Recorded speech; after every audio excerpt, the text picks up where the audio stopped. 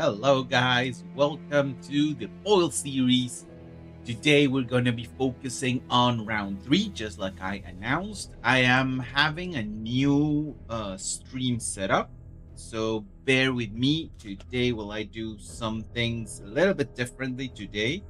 Well, not a setup, rather a new streaming platform. I'm also going to be streaming on YouTube for those who want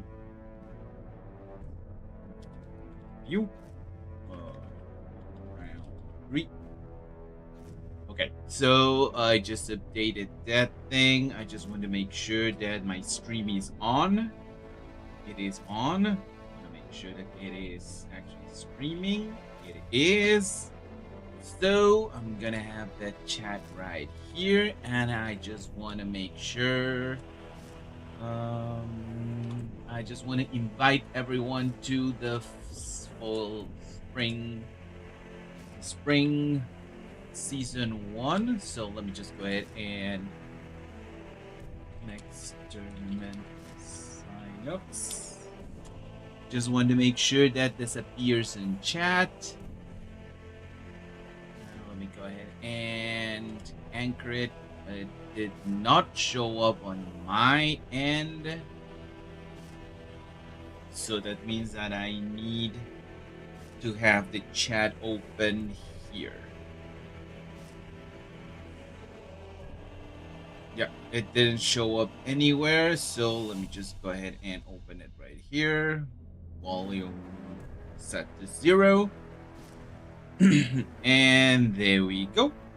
Okay, so chat apparently is still not working. Should have shown up, but it didn't. So I'm inviting you all to the next one. We are at 37, so that means that first place already has ensured their uniques. So that is good. Now let's go ahead and go to the full series edition 4. Sorry, this is the focus of today. Like always, we're going to start with round 1. It was round 3, right? Yeah, focus on round 3. So that means that we're gonna see the first one, that is Tofraim against El Rohir. Both Tofraim has lost his what do you say? Is undefeated, and Eldandir has lost it all as well. Now, active players are 98 right now, so let me just go ahead and go back. And it's not 100, it is 98 right now. Let me go ahead and get the sequence. And with that being said, let's do it by table number. So it's 2 until table 52. Okay, so let me go back. And it is from 2 to number 52. Yeah, to number 52. So this is the table number we're going to be watching. Rather than having a featured player, we're going to be having a featured set, a featured table. So we're always going to be watching the top player. There we go. So with that, we have Tofraim against El Rohir. Tofraim was the call to win with a 64% chance. So let's go ahead and watch that right here. So we're going to see his point of view against El Rohir's point of view. So this is both French players. Yeah, they're both French players. El Rohir, from what I have been facing him, has been doing some interesting things with Bravos. Let's see if he took Bravos to this tournament. Indeed, he did. Kojo S4. So shortage supervisor. When play from hand, if your hand is empty, I gain 2 boosts. Otherwise, I gain 1. When play from reserve, if you control 2 or more boosted characters, resupply. The Aja, play from anywhere. Each player puts the top card of their deck in their mana zone as exhausted mana orb. And if you control 1 or more landmarks, sabotage. Then we got the Kappa. You may discard target character. That is play from anywhere. And when the support ability, the next character you play this turn gains 1 boost. The Aja doesn't have, and the supervisor doesn't have. Okay, so that will be this right here. let's go ahead and move on to Frame's deck. So Frame is playing an Tarikai. That's the name of his deck. One Veilmon, a Dusk. If you have 10 or more mana orbs, put the top 2 cards of your deck in your mana zone. So if you are ramping, you ramp even more. When played from anywhere, I gain 1 boost. You may exhaust target card in reserve as a support ability. The Swift Jin Scout 3. Put the top card of your deck in your mana zone as an exhausted mana orb.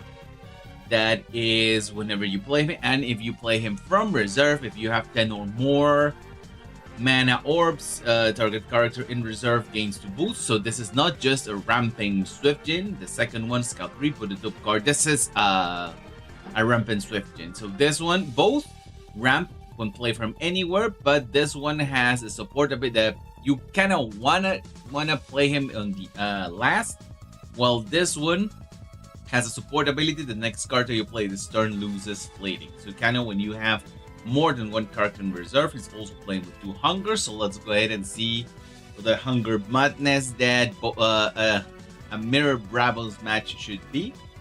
Let's go ahead and go to the end. It will be automatic. So let me just go ahead and block it right here. And let's move on to the next. Let's go ahead and move on.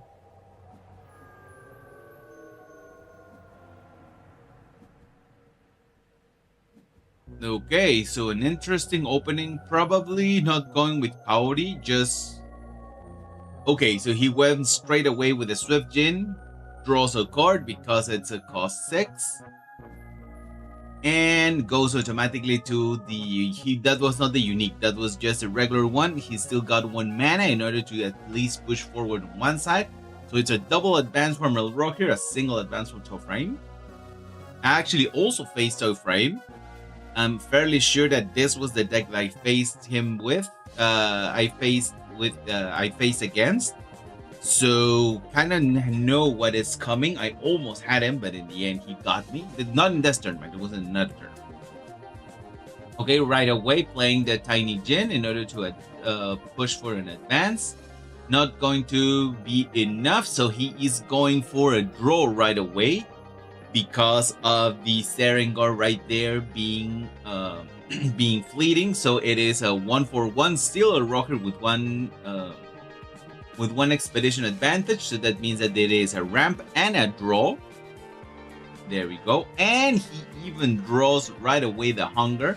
So kind of if El Roger starts ramping, he'll be in trouble. Probably going to, yeah, the Kaori. I was thinking the Kaori was the best option right there. Probably just going to do an advance once again with try to push, with the Serengar, at least to try to draw. Plays it all on the hero side, so he just goes ahead and blocks, draws a card, gains a boost, and just a 1-for-1 once again. So this could be a double advance with hunger because he is going to be at 7 mana.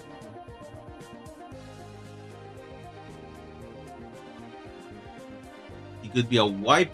Also has the mana flare in case he doesn't want to do it that way, but I'm guessing he is. Okay, so he just, not right now, he is still going with his unique. The Kappa at the other side, doing lots of damage, getting rid of the card, but the Serengar can still come in. Could have drawn, but he decided not to draw this time, just a 1-for-1 advance.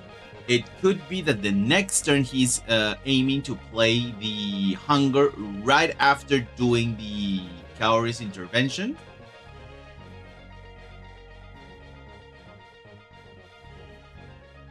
Gets rid of the mana flare. Yeah, he's not going to use it right now. So that means that this is a turn of the hunger. So the rabbit goes ahead and plays the Kaori intervention just like I thought. 3 mana left, so this is going to be a double advance from Frame. Almost certainly going to be a double because he cannot control the hunger right now, and it is a giant.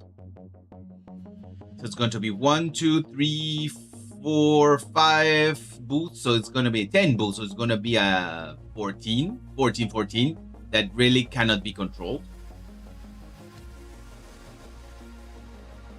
Sorry, only 5. Yeah.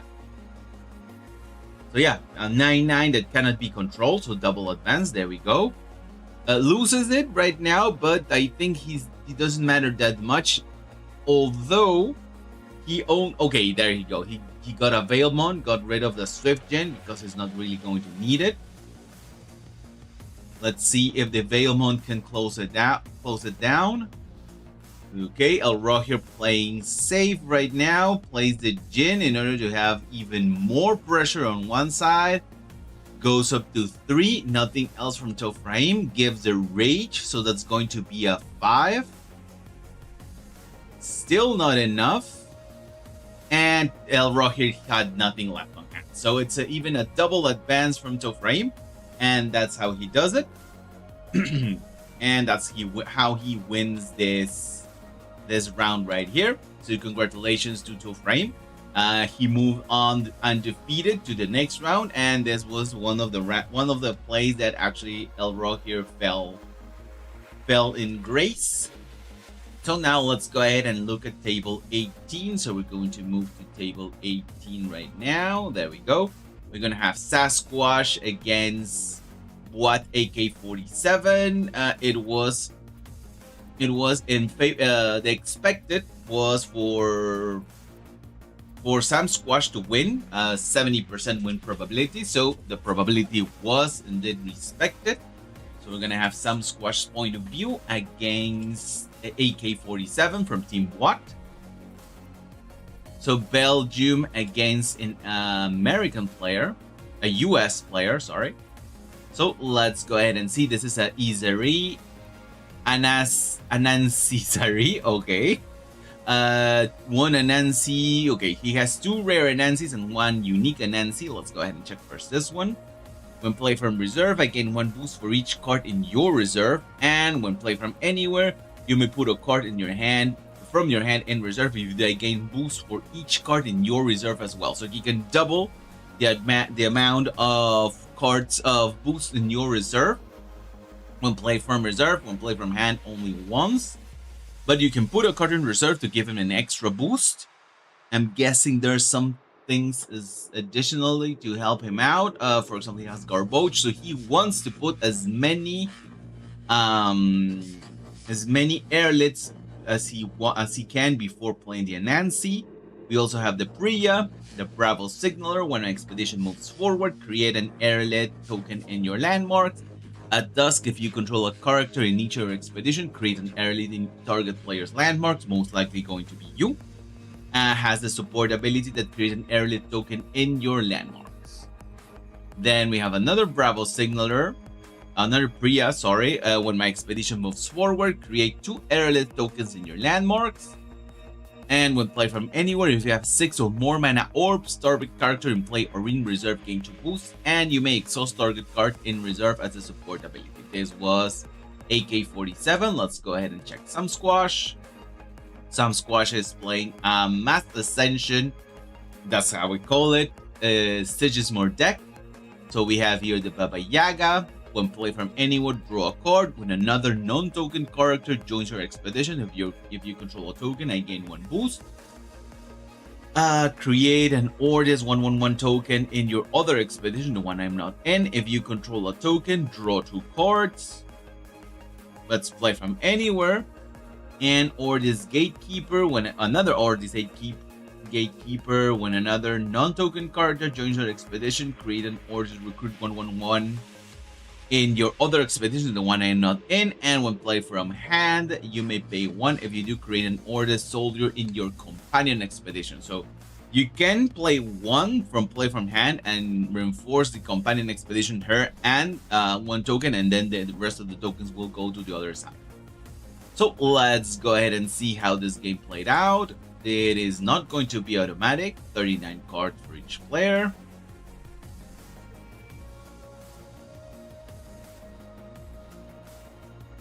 We go to the end game. Let me go ahead and block it. There we go. Airlit versus 2 types of token. The airlit against a traditional token. The classical opening with one, still going with one, moving ahead, going to ascend the other expedition just in case, so he is able to move forward. Double advance from some squash. There we go. Both cards go down. Interesting using Salvager as an Izari. I would think mostly Trace players want to use that card. Still the token right there. The pressure going ahead and draw one. Still got one left, so it's going to use a hooked in order to move it to the other side. He has a 2 in order to try to advance and block this one right now. He just uses the hooked once again, so denying the double advance and gaining a little bit of card advantage. Still has the arrow Baba Yaga in order to draw again from some squash. We have not seen AK-47's uniques just yet. We have one from some squash on deck. There we go. The token going to get rid of an airlift token in order to create another one. Okay, interesting. Having some permanence. This is the foundry, the refinery. Stab. Okay, and you distribute cards in reserve. Going to put another card down. Gains the 3 boosts. That means that he is winning on the companion side. Even still going to ascend just in case the other side had no chance. A 1-for-1, but still some squash with a 3 expeditions advantage. This is going to be tough for AK-47 to do something special because he's going to lose 2 cards. So one of his uniques right there in order to do the double take right now from the cards in reserve. Let's see how AK-47 plays this one. Starts with the Mind Jet just right away in order to just gain 2 boosts. Oh, okay, so 4 boosts, yeah. 4 boosts for 2, not too bad. Ascends the other expedition, is going to be able to sabotage, gets rid of the Grems. Goes ahead and plays the refinery, so still a 1-for-1 perhaps, and the restocking station. There we go. So this is going to be a very good turn for AK-47. He's going to be able to get 2, 3, 6 boosts this time on his unique. So that's going to be very, very aggressive in order to help him move forward. Let's see if that is enough, because he's gaining 6 boosts for only 2 mana. So I think that is actually extremely good for him. There we go. So Isari once again. Isari only 1 card, but he has lots of cards in reserve in order to play, and another Airlit token.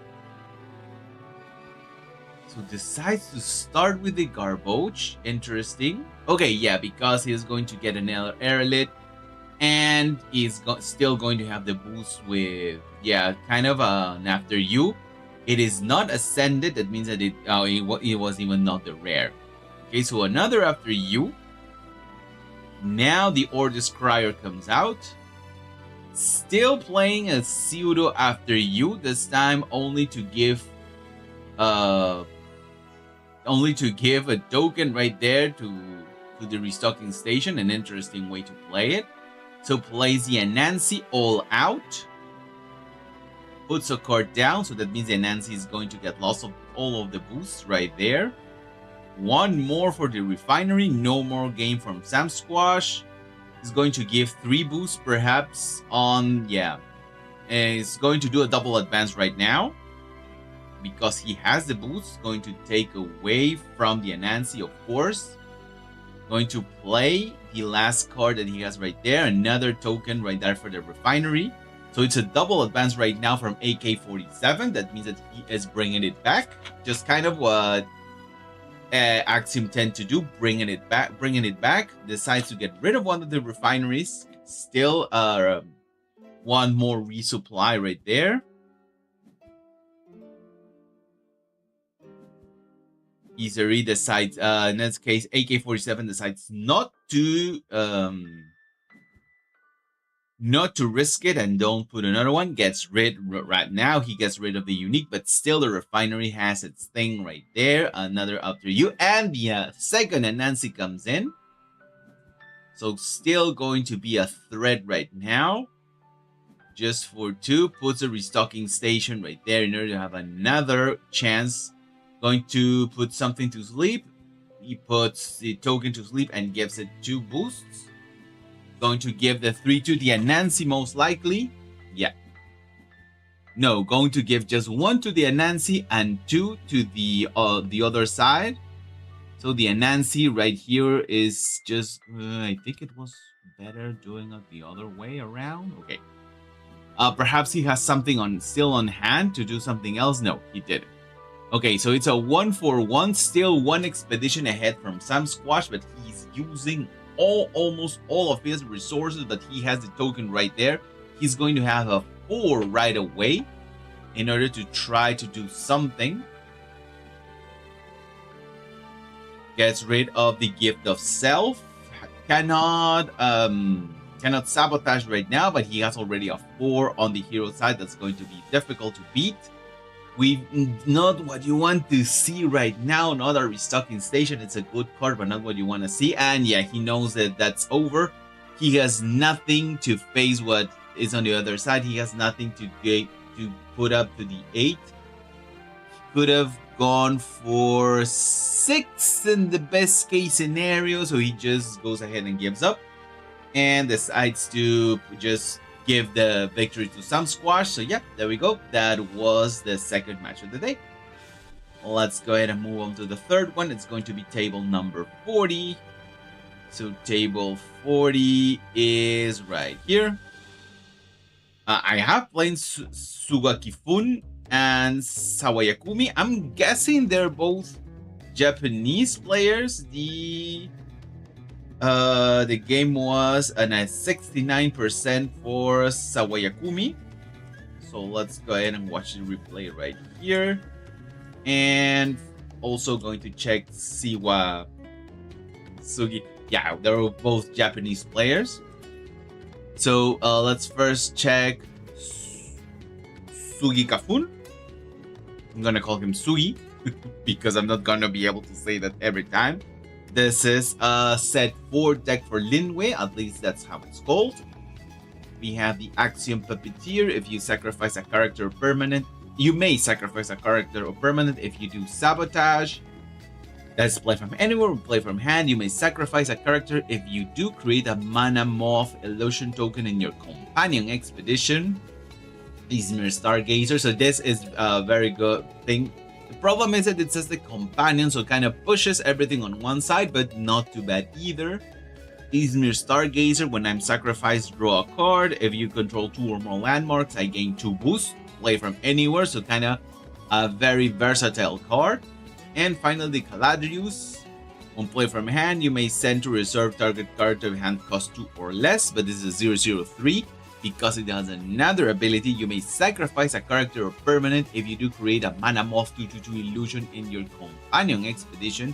I gain 1 boost. That's play from anywhere. So this is actually a 1/1/4. When you sacrifice a character. Okay, so if it's not a character, then you don't get the boost for the bomb. I was just curious about that.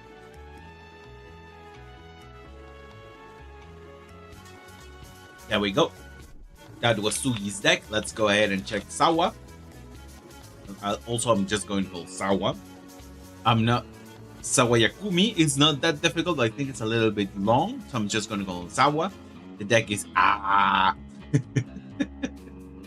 Okay, the paper. This is a Fen deck. So this is a Paper Herald. When play from hand, you may return a card from your reserve to your hand. Not too bad. An Alice, when play from hand, this is okay, yeah. You can create a token recruit as Ordis recruit in target expedition. When play from hand, up to 1 character with hand cost 3 or less other than me gains anchored. When I leave the expedition zone, roll a die on a 4+, draw a card from 1 to 3 resupply. So always get some use out of her. And the support ability after you. The Kappa at dusk. you may put a card from your hand in reserve. If you do, you anchor a character. It costs 3 or less. There we go. So let's see if it's going to be automatic. It is going to be automatic. So let's go ahead and move on to the main match. 39 cards for each side. Optimized decks all around. So let's go ahead and start.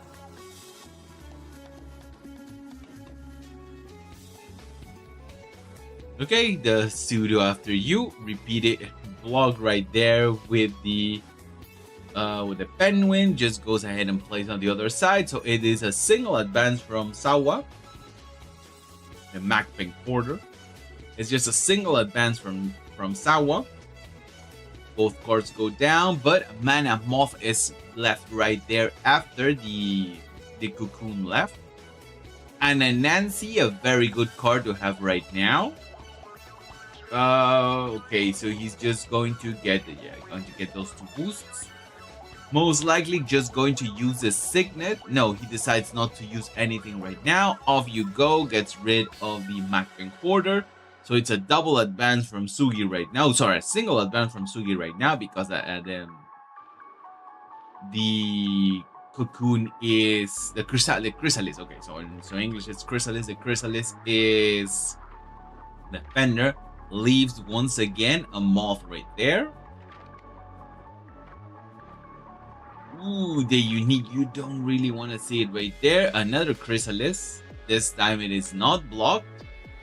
Going to use the Off You Go as the last resort to get rid of the card right there. He can just use it again, but decides to go with the Anansi all out on the companion side since he is not moving right now. Okay, and gets a unique back onto his hand because yeah, that's actually what he wanted. Going to get rid perhaps of the cloth. No, it doesn't get rid of the Cocoon. Okay, so Sawa finally pushes forward, breaks the stalemate that we had as of a second ago. Just goes ahead and plays the Anansi in order to block it right there with a 4. Baba's Isba, probably going to push on the companion side, gets rid of the Isba right away.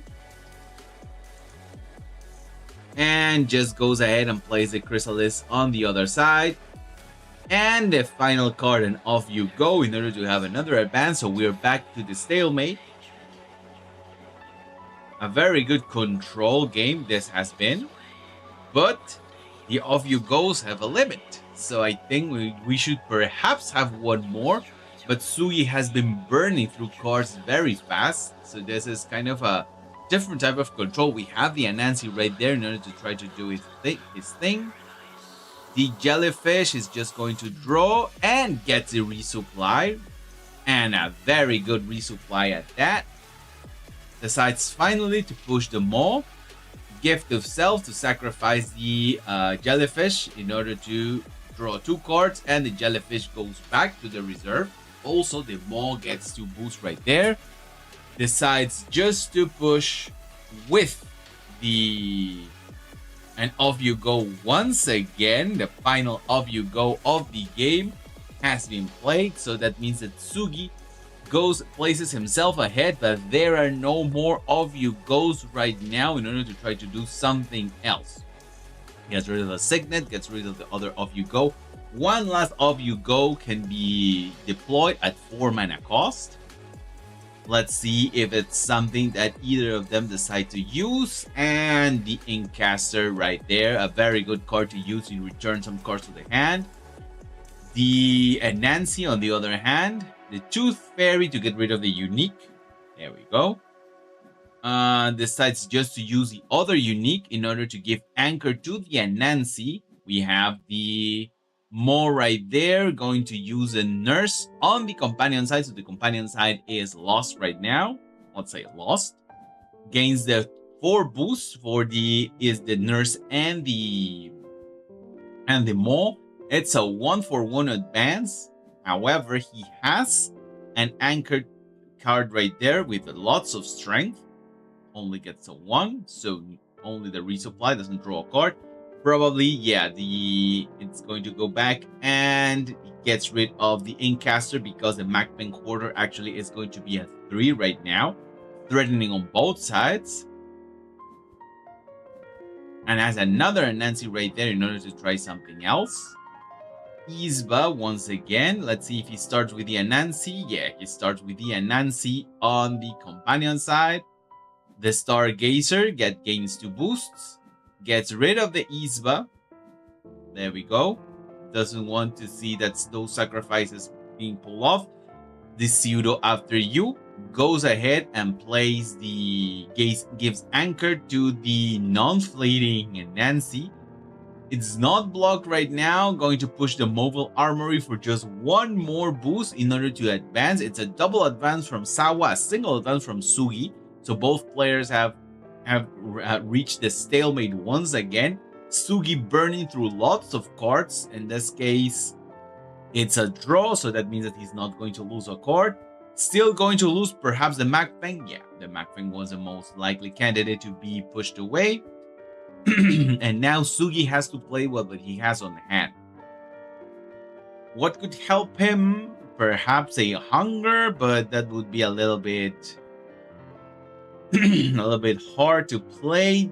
The Macfeng Hoarder decides to go for the after you.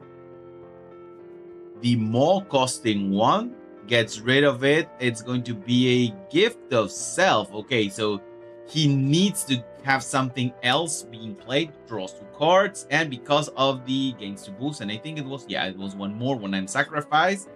Another after you from Sawa. Studio's Disciple, another after you once again. The Macfeng Quarter this time gains the boost and the fleeting, so he has a 4 Prussian right now. The Marie Curie, nothing special right now except that gains 2 boosts. Gives 2 boosts to the Maw, puts the Maw to sleep, and I think that his game is going to be a double advance from Sawa, and that is how Sawa takes a point and moves forward in the tournament a little bit better than he was last time. There we go. So pushes the 2 last cards away, and that is how Sawa did it.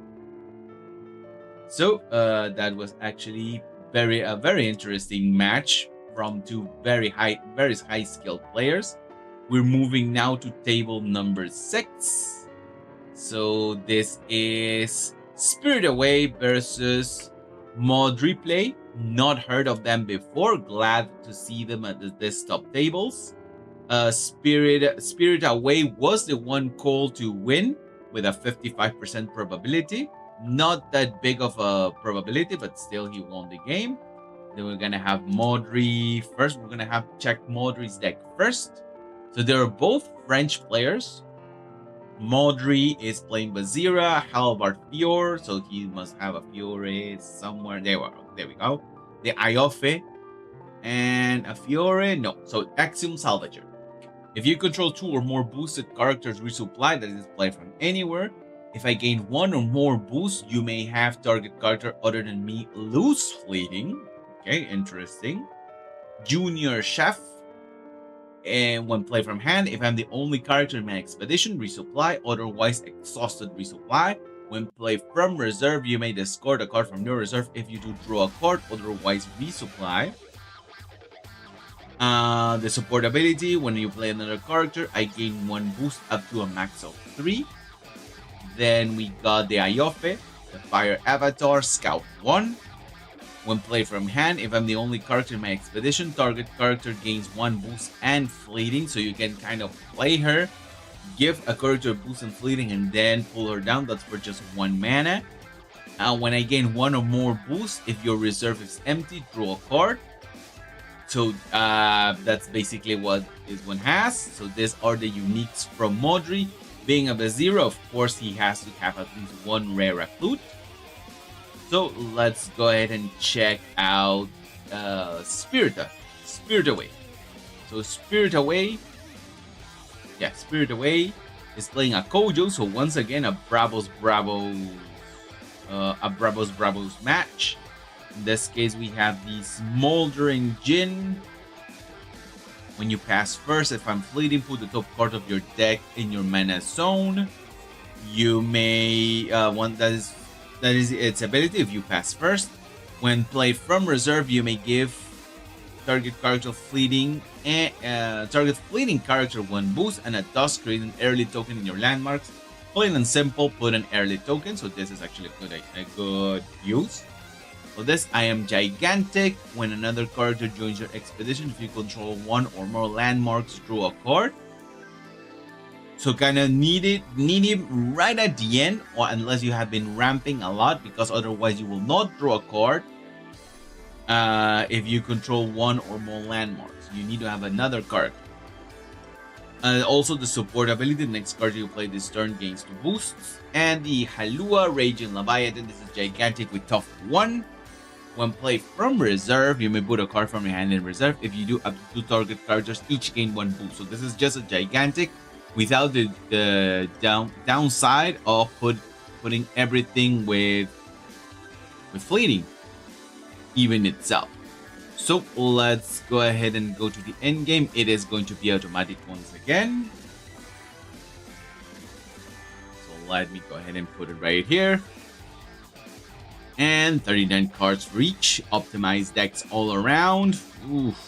Bailmon, you don't want to see that right away. So yeah, I'm not surprised that he went with that route. Fortunately, he has Buddha for the first turn. So I think this is going to be a double advance from Spirit Away. Does the resupply, going to play, doesn't need to give it fleeting, just goes ahead and does a double advance. Still able, Morada still able to move with his, because of water. He could have given it the boost, but it didn't make sense because he had already advanced, and he was not going to block. So that was a very good call from Spirita. Gets rid of another card right there. Plays the Occlude for 4 right away, blocking both cards in reserve. So going to have to play something from hand and lose a card from reserve. At least he can move forward. So it's again a 1-for-1 with Spirit Away still pushing with his expedition. Also, it's going to be a double overcharge. Both needed to lose a card from reserve. In this case, it was obvious that it was going to be just the rabbit. I think he needs to just push with the Serengar just to be sure. Yeah, push with the Serengar just to be sure. The Occlude right here is going to block the last card. And just for good measure, I don't think it was a good idea to give it right away. Oh, because he only has 1 mana. Okay. So draws a card. He could have. No, he was not. He was not going to be able to push forward. So just goes ahead and plays the Parliament of Ashes that allows him to draw. Gives him resistance all around. Have not seen any of both players ramp. So if they are saving the hunger, it's going to be at the very, very last turns. The Serengar right back with another token going right there. He's going to be able to reveal the unique in order to draw another card. Oh, this is going to be trouble. This is going to generate problems. BGA is still having that bug right here that the cards disappear. Let's hope that we can at least see the end of the game. But I'm guessing Halua is going to be used next turn, and this is a problem with the replays. We have the hunger right here, so going to get rid of the skater. Probably going to have a Halua gigantic, and it's going to try to finish the game. If that is the case, yeah, we're not going to. Yeah, he did right there. Like that. Let's see if I can do it. He invokes the Halua that suddenly appeared. This is turn 56, 58. So let me see if I can move to number 60.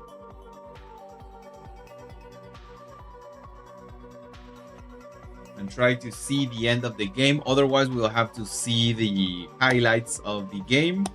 Let's give it a few seconds.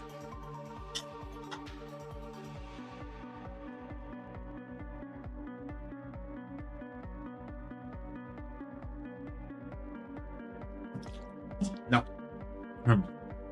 Not going to work. So, we're gonna have to check it out the old-fashioned way. And check it right down here. Let me give it another go. So let's go to 61. If this doesn't work, then we'll have to see the bottom. Okay, it did work. So he played the Halua on the hero side, trying to do something to block. Let's go to the end game.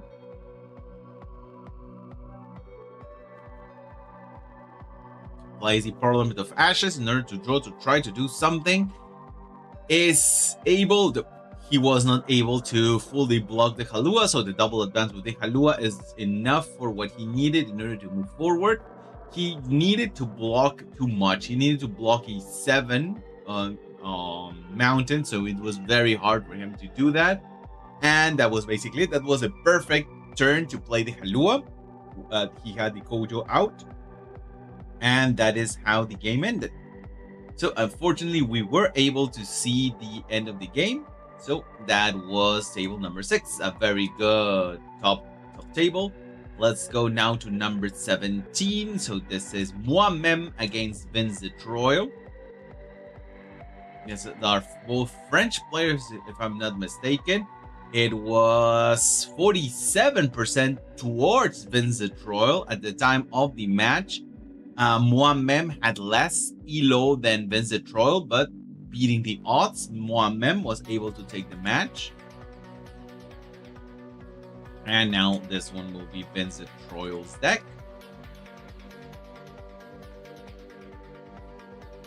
So let's go ahead and check out Vince de Troyes' deck. First, this is a Sierra Cycle set 4.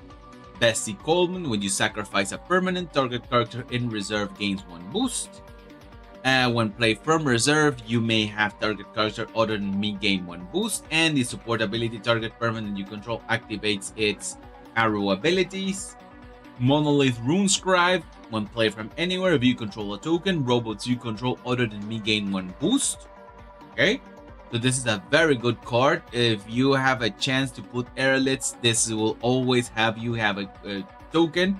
Of course, he has a Brassbook Hive, so he surely has no problem with that. And the Killing Elemental, when you may put a card, so this is a rare one, you may put a card from your hand in reserve. When a card leaves your reserves during the afternoon, if you control a token, robots you control other than me gain 1 boost. So kind of boosting robots all around. That is Vince de Troyes' thing. Let's go ahead and check Moi-même. So Moi-même is playing a Festival du Foiled. So with a Lyra Navigator, you may discard a card from your reserve. This is when played from anywhere. If you do, a character with cost 3 or less gains Anchored. The Ouroboros Trickster, you may put a card from your hand in reserve. If you do roll a die on a 4+, I gain 2 boosts. On a 1 to 3, gain 1 boost. Not too bad for a 1/1 all around. You may have the support ability. You may have target character other than me lose fleeting. And finally, the Esmeralda.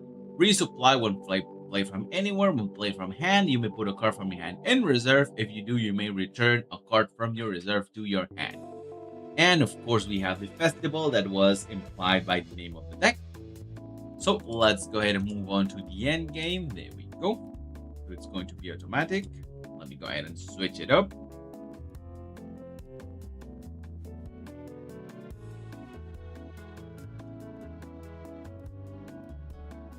So most likely going to push with the Will-O-Wisp.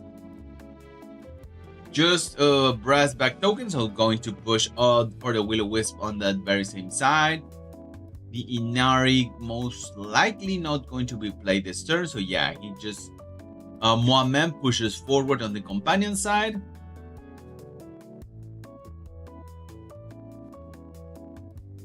There we go. Can still do it again for today, and can do it anywhere he wants. Also has a sticky. Going to just go ahead and have the Anchored in order to have more options for tomorrow. I'm probably going to play another permanent. Yeah, going to play the other Ouroboros just to get a token out with 2 boosts in this case. Going to get a resupply. Besides with and it's going to lose in this case probably the Monolith, the Moonlight Jellyfish. So he's able to advance. Yeah, going to get rid of the Moonlight Jellyfish. There we go. So 5 mana for each side. Akakoba, interesting. Double resupply. Going to get a card in hand. Going, of course, to play a Brass Bug right at the side, any side that he wants. Give him the Parliament of Ashes. Another draw. No, decides to get 2 cards out in Avalanche, but decides to keep the unique. Gets rid of the unique in order to activate the support to have another chance, and going to get rid of the prospect. Really, going to use his unique. He has the token, so robots you control gain 1 boost. Gets rid. Just going to give anchored right there, and going to push for another anchored with another boost at the bottom, and going to push on the other side. No, going to push on that very same side in order to advance. Blocking, having 3 characters in 3 anchored characters, and going to do double airlift because he has 2 of them right there. Or don't they put airlift like anchored? No, that's only the rare puts the airlift. Okay, but still on a forest next turn, double resupply once again. Just pushes on the other side. This is a very good option for Muamem. Mechanical training story in order to activate a permanent. Okay, not too bad. Just have the Paju, perhaps. And with the anchor, so this is just Muamem trying to, Vince trying to do whatever he can. Going to do another double resupply. There we go. Decides this time to go with the mechanic. Frozen delivery just to see what else comes around. Has cycled through both of his through 2 Brassbug hives. Going to give himself. There's nothing he can do today. There was too much anchor. Muamem playing almost like a Muna player. Going to get rid of 2 cards, but that's not a problem because he can cycle his deck very quick. Even though Vince the Troll is actually the one that is cycling extremely fast. He is at 7 cards from his deck right now. I don't know if it's going to be a festival win. It looks like Muamem is just going to push ahead. We still have not seen a festival. Gets rid, of course, is going to play the Hive right now. It's going to be a 3-3. It's going to be a 3-3 in order to threaten both sides. Second Parliament of Ashes. Going to get another Brass Bug, most likely on the hero. No, goes on the companion side. This is a 6 right now. Not being able to block. Pushes forward. And that's it for Vince. He's going to make 1 character lose fleeting. And that's basically it. So it's a double advance from Vince. Bringing it a little bit closer, still 2 expeditions behind. Has the brass back out. Not sure why he had 3 Ouroboros. 3 Ouroboros. Just perhaps 2 was the key. I think that's one of the main reasons for Vince the Troll to have such a staggering start. He has the option, of course, to block right here. The Mountain Guide. Foundry Mechanic on the other side to try to ensure the unique that's going to resupply. Noah and Nancy right now. He can put a card down in order to return a card. The second Brass Bug. So he's going to go all out on the companion side. That means that he has cycled. Oh no, yeah. He didn't cycle the second one. The second one he kept, and he must have the third one on hand. So still has another mechanical training in order to block the other side. So I think it's going to be a stalemate right now. It's an 8 on each side. Puts all the tokens to sleep except for his. Puts everything to sleep except for his. It's only 1 or cost 2 as well. Oh no, it's a double. So yeah, so it's actually a GG in this turn. Because it's only 4 cost 1. Okay, so his cost 2 was safe.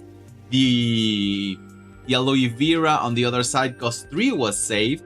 So that means that the only one that puts mass to sleep were the brass bugs. It was a good try, but in the end, the thing that usually helps the festival move ahead was actually his downfall, because he put all of his side to sleep just with 2 costs. That isn't actually a very good card, especially designed against those pesky robots, those brass bug robots that actually did their thing right now. So let's go ahead and move on to table 15. That is Nereid against Marble. 2 very good players. It was a 58% win probability for Nereid on that point. Let's go ahead and check. I think Nereid is from Austria, if I'm not mistaken. First, let's go. I have Marble here with his deck. Yeah, from Austria. And Marble is a French player. But let's go ahead and check his deck. We have the Hatter. If you have 3 or more base statistics 0 amongst characters you control, reduce my cost by 1. The Heimdall, you may have target character expedition or expedition permanent switch expeditions. Okay. And finally, the Youngsu Verdant Weaver. If you have 3 or more base statistics 0 amongst characters you control, up to 1 target character gains a sleep. You may have gain 2 boost, that is from hand, and when play from anywhere, you draw 1. So kind of trying to get as much advantage as you can. Playing a Nadir, so interesting that he is trying to go for the Nadir. Didn't push forward here. Okay, now we're going to move to Nereid's deck. Nereid is playing an Exhaust and discard. We have a Balasenka, exhaust up to 2 cards in reserve. If there are 2 or more exhausted cards in reserve, I gain 1 boost. So basically, this is a 3-4-5. Unless your opponent does not have 2 cards in reserve, you can exhaust 1. Yeah, because in reserve doesn't specify if it's yours or his. You can also exhaust yours.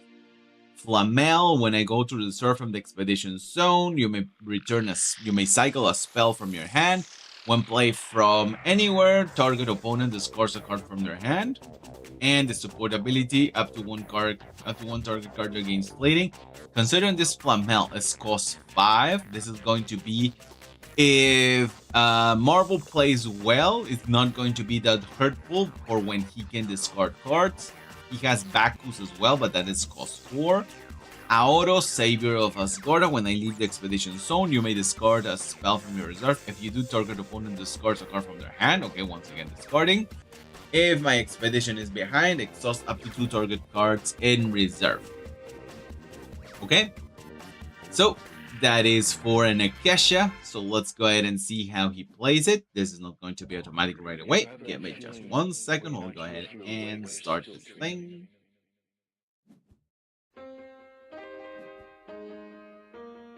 There we go. So end game, blocking right here. Okay, decides to push for Mountain right away for the Mountain Nymph. Trying to push forward. 1 card right there for Akesha. So 1 for 1 right away.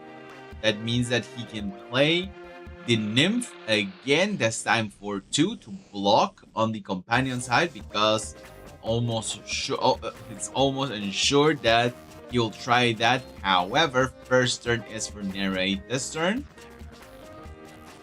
Most going to play the Baku to try to, no, just pushes, exhausts the Nymph and places a Moth, and he just plays the Verdant. Okay, so he did all of his plays. Still, Marble was able to push ahead. The Nilam right there was able to block the Nymph, but still was able to push forward. That means that he has a double chance to block right now, even though the unique is a little bit costly. He can just play it on the companion side with the Nymph and block it. Pushes now with the Forest. The Nymph right now blocking the companion side.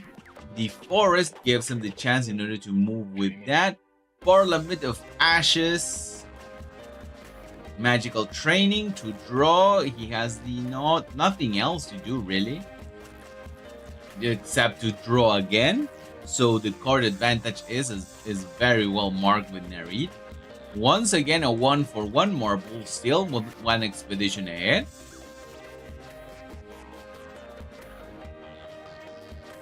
Okay, why did he play forest right there? What? I don't really understand why he decided to use forest. It was better even to play water because he must have something on hand. Okay, this time he uses the Yangsu, who is able to draw. The second Nilam placed right there. Since he soldiers a card, he's able to block and try to move forward on that side. Right now we have the Serengar, just the Nereid just decides to draw. Nothing else from Marbul, nothing else from Nereid. So Marbul pushes himself 2 expeditions ahead. So that's why he was using the forest right there, and he can use the Serengar again to block just with 2. We have a Pacify right there. The Pacify is a threat right now. Is going to just play the Serengar for 1, kind of a pseudo after you with a boost. Uses the Gorgon Agent, the Caladrius, in order to get rid of the Serengar, costing him everything, actually. The Mountain Guy just moves forward on the companion side. Still, Marbul 2 expeditions ahead. 1/1, but 2 expeditions ahead. Marbul 2 expeditions from going all out. Sabotages the winter outfit and decides to get rid of the Gorgon Agent. The Pacifies actually plays away. Interesting, considering this is a Lyra player and they usually play lots of characters. Decides just to block the Mountain Guide. And with that, places a 1/1, or a 1/1. Just the common winter outfit. After you, the Haven Serengar once again going to get rid of the Serengar, costing him 2 or 1 resistance. Okay, once again it blocked itself. Second. Why did it stop working now? Okay, so 97. Let's try to push to 99. See if it works. 99. This time, I don't know why the replay froze. Let's hope that it allows us to see it. It seems to be loading. No, I don't know why. This time it decided not to keep pushing forward when it plays it like this. Let's give it a second. 99. Otherwise, let's try for 100. At least keep pushing from there. Let's see if it works. No, it seems that it is not going to work. That's too bad because this was actually a very interesting game. But this has decided not to work. I don't know why BGA broke with this game. There was nothing wrong with it. So let me just go ahead and see. So we got up to 99, 88. There we go. Marble passes, the Kadirian Alchemist. Come on. The Marble passes. Then, let's see, we don't have an advance right here. Neri Baba Yaga. Okay, so it was 98 right here. Erlit, nope, not an Erlit. Akesha and Taru.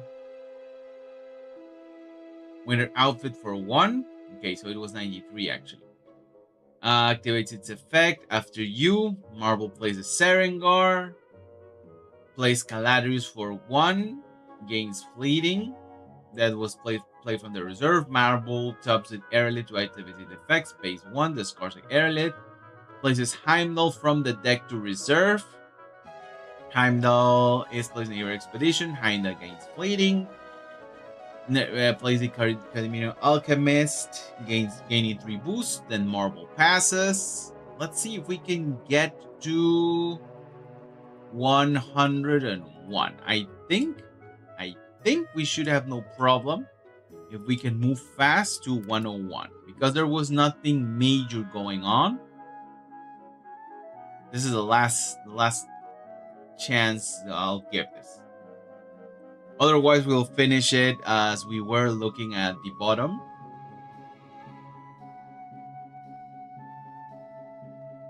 Okay, so 10, 9, 8, 7, 6, 5, 4, 3, 2, 1, and unfortunately, no. It's not going to work.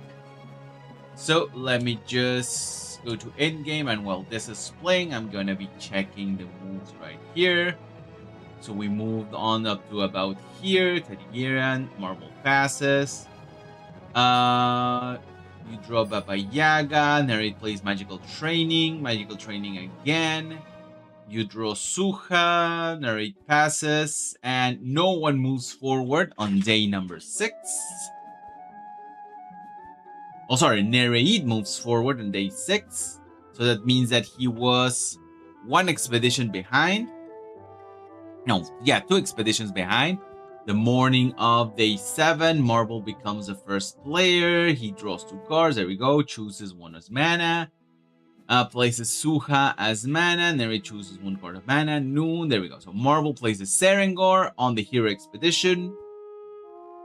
Gains Fleeting because he played it from the reserve. Nereid plays Rhymefrost for 2, and Rhymefrost gains Fleeting. Since he exhausted a card, he the Mountain Guide once again taps a Nilan, invokes a Mana Moth on the companion. The other Nilam plays it on the companion, so pushing on the companion side. Marble plays the Lyra Mapmaker in the hero expedition. Kadigiran Alchemist on the hero expedition to try to push something. Aerialist in the companion expedition, that means that it was a 5/5/5.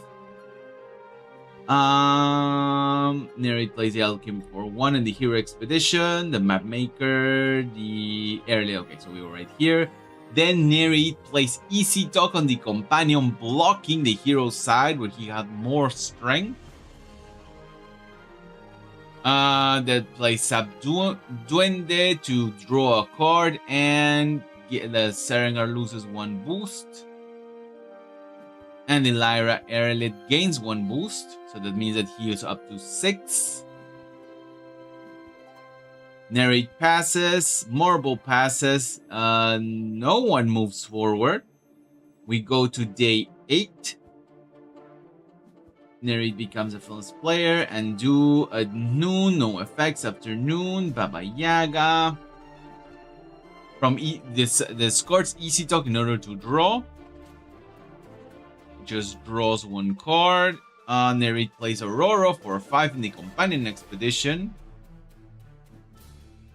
I cannot stop it right now. Okay, let's have one more go. Because around turn 129, it should be okay. Any mistakes that happen should be clear by 129.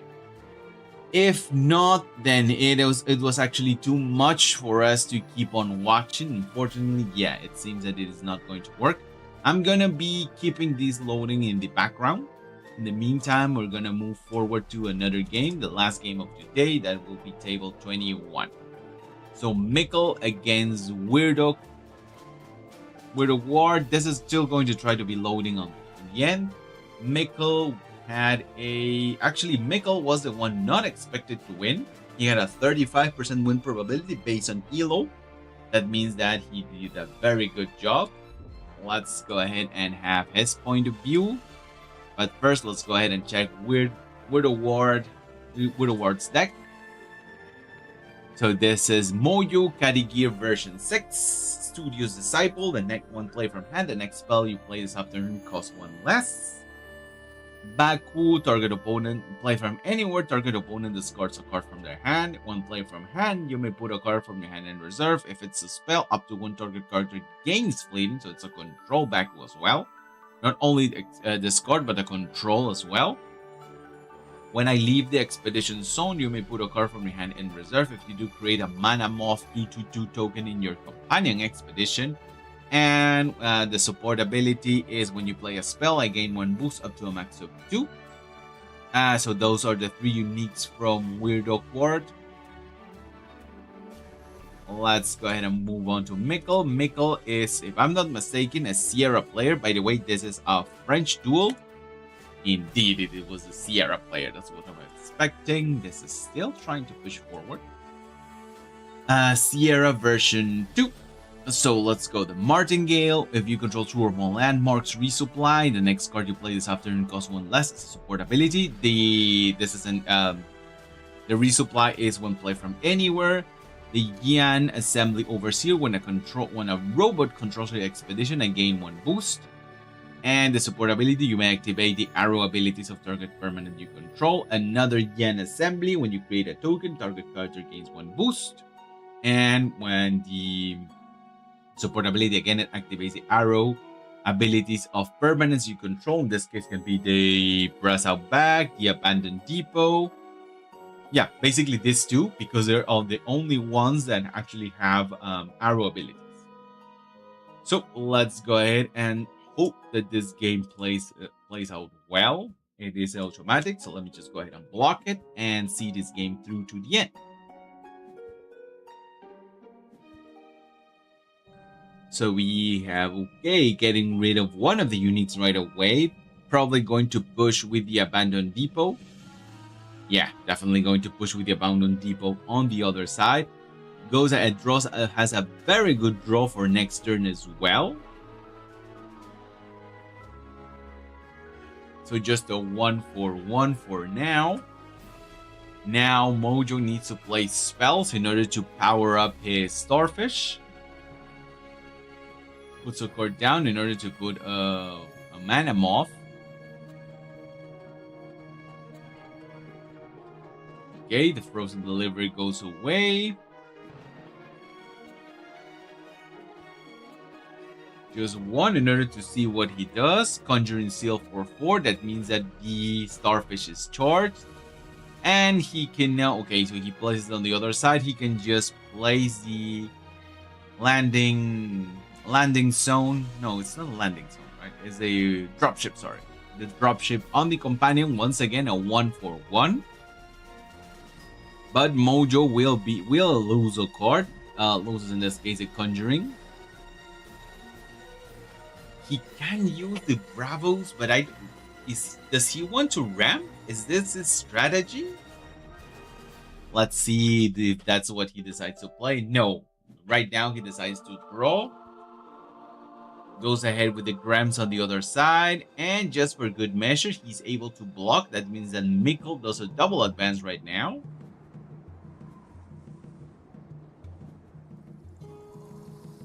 Overcharges his reserve, most likely going to get rid of the mechanic. Yeah. Okay, 2 expeditions ahead by Mikkel. The Ogun, yeah, the Ogun was the most likely to go right away. Can use the robots in order to get lots of things today because he can get 2 boosts right now. Going to get rid of the Brusbuck because it is 2 robots. That means that it's going to get 2 boosts on the other side. Oh no, sorry, all robots gain a boost. Okay, this is the other Yan that doesn't him receive, but the other one receives. This decides, okay, he could have drawn 1 more card. The Baku is doing a little bit of damage right there. Going to get rid. Just going to give fleeting. Decides to draw the last card. Double advance again by Mikkel. So now I am oh, sorry, Mikkel is the one to one. Yeah, right. I was thinking, how did he turn it around? But no, Mikkel is the one to one. Yeah, that's right. Okay, so push him forward extremely fast. Yeah, the Foundry Mechanic to mana right away. That was the most obvious option. Playing the Starfish and going to push on the hero side, obviously. He can even have one more unless he plays the Baku and takes the... No, he did. If he would have played the Baku, he might have had a chance to stop him today. But since he didn't, Mechanical Training plays right there. And that is a 9 on the hero side with war. Sorry, what is? Word of War decides, nope, that's enough for me for today. And that is how Mikkel won the game with a very good use of his permanence.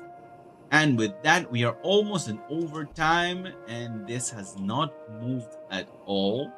So I'm afraid this is frozen up.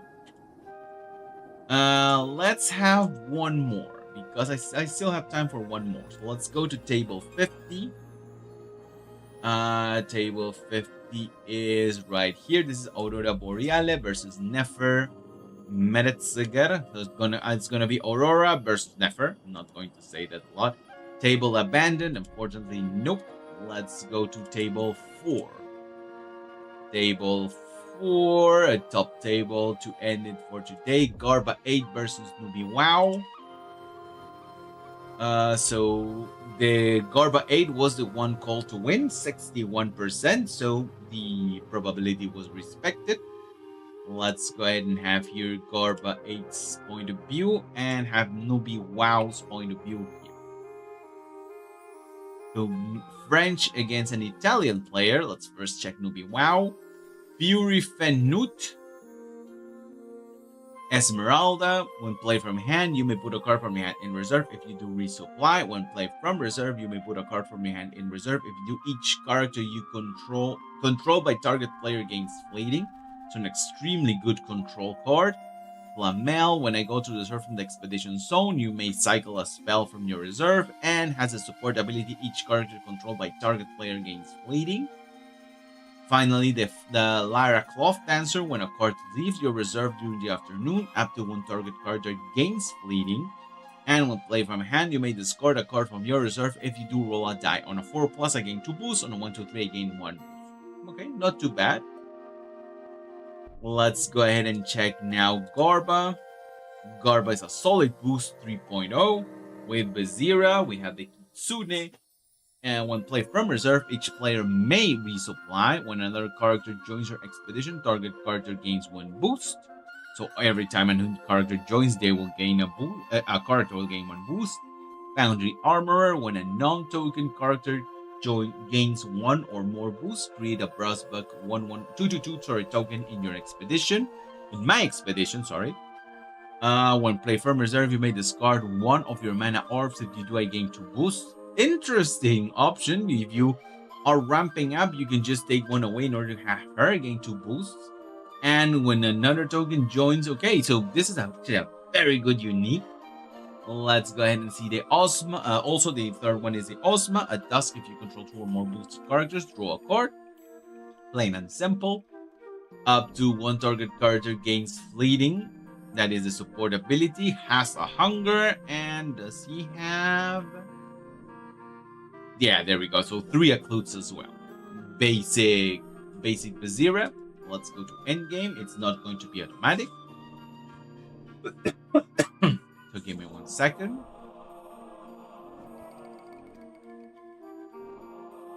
Okay.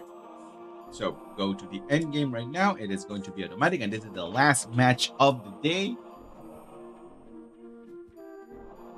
Aloe Vera on the hero side, the Worgen in order to block, and just for good measure gives 1 more boost. Didn't really need it. It's gonna be a 1-for-1, but the Aloe Vera is going to be lost because it is going because the Worgen agent is going to sabotage. There we go. So card advantage from Garba. Now the resupply comes in. Not a bad option, the Martingale. And after you, Merry Reunion. It was a character, so he can play it right away. Besides, it will need to be a spell. Sorry. If it's... Ah. Why didn't he play it? Okay, well. It's a double advance in this case from Gorba and a single advance from Nubi Wow.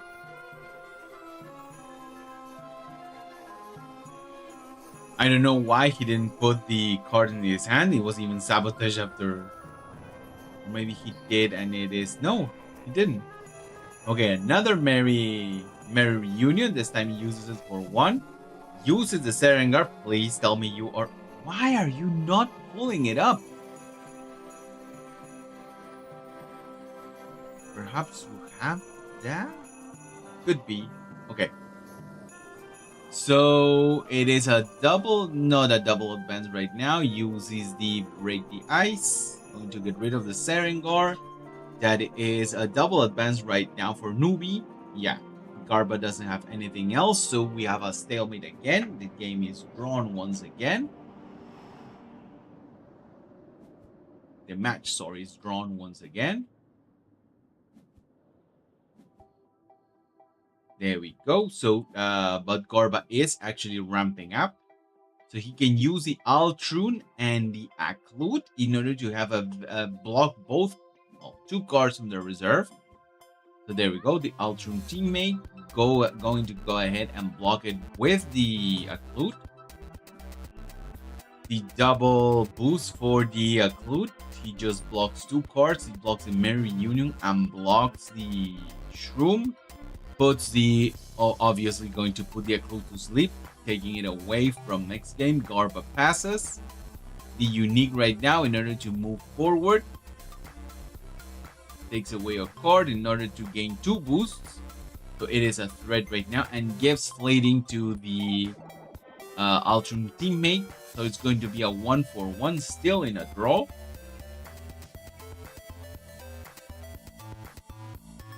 Gets rid of the Merry Reunion. Card advantage for Nubi Wow. But 2 uniques on Garba's name. He has a boosted character. That means that he can use the Ozma in order to try to draw. Going to gain the Fleeting. Probably going to... No, decides to give it to the Aklut in order to block 2 of the cards. Sorry. So he's going to block both sleeps. No, he decides to block 1 Twinkle Twinkle and 1 Lyra Contortionist. And just takes the boosts away with the Subduende once again, a 1-for-1. This time he is able to do double advance, going to put a card to sleep. Doesn't have the boosted character, so the Ozma is not going to be able to push forward, but is still able to get that boost in, and that is enough to do the double advance, and that is how Garba does it. Nubi Wow was very, very close, but that 0 on Mountain was allowed Garba to just slip right through and move forward, and that is how he did it. Just a majestic game of control from Nubi Wow, but was not quite enough to face off that Bazira that actually gained 2 boosts because of the Fire Rabbit, and that is how he did it. And with that, guys, we come to the end of the stream. Unfortunately, this didn't play at all. Decided not to work at all. So we're just gonna have to call it at that. Next time we're gonna be focusing on round 4. We are now on round 6. Some have finished on round 6. I think I might have time tomorrow to do the round 4, so we can at least catch up a little bit. But until next time, guys, I thank you very much all who have seen this VOD or have watched the video directly. And like I said, that'll be all for today, guys. Thank you very much.